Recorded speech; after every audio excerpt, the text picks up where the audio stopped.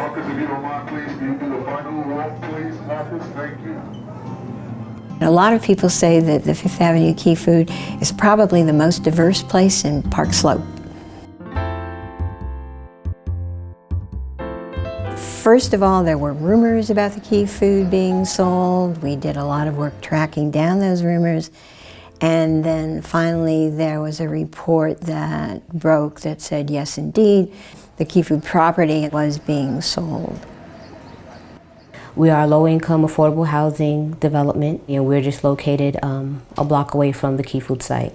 I saw the article that came out in DNA about Key Food being sold and converted into these units, and it was just baffling, like, wait a second, what are you talking about? Key Food down the block? Key Food's gonna be here forever. Key Food's not going anywhere. We need Key Food. It was interesting, at one of our meetings, one of the neighborhood residents said, you know, they've been trying to price us out of our apartments. Now it looks like they're trying to starve us out. We have studied this issue time and time again, and it's very clear that when you start to create food deserts for communities, that's when you have obesity. That's when you have children not being as healthy as they can be. And it all starts with the notion that we can't plan for our communities. And that's why the supermarket fight, yes, it's about a supermarket, healthy food options, but it's also about a larger fight about what our neighborhoods are gonna look like. We had a meeting in February at PS 133 where over 400 people showed up. And that group gave the message loud and clear. It's a full room. We're very excited to talk about this project. For us, when we look at the site, it's difficult to provide grocery use because it does not generate as much revenue. It's much more difficult on the feasibility versus other uses. There were some things about the design ideas that are okay, but the absolute deal breaker was when they said that they were not planning on doing any real kind of supermarket, and they might think about doing 7,500 square feet for a grocery store, which we all heard as an upscale bodega. You've given us a lot of fluff, aesthetics, but your conscience had to tell the truth. It's about the money. I cannot accept less than the equal replacement of square footage we have now.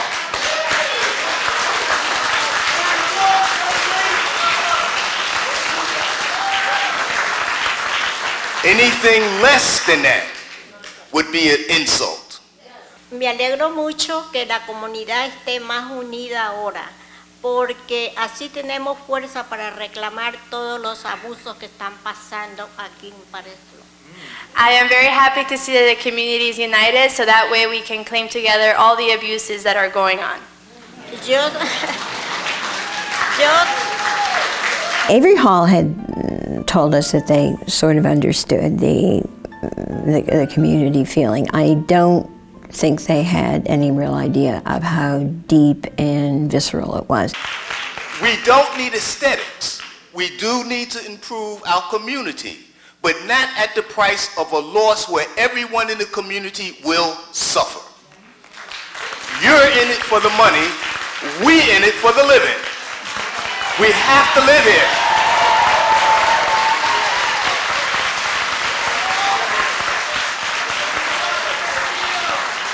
My name is Anita, and I've shopped at Key Food since 1990. I started the online and paper petition, and to date we have over 2,500 online and paper petition signatures.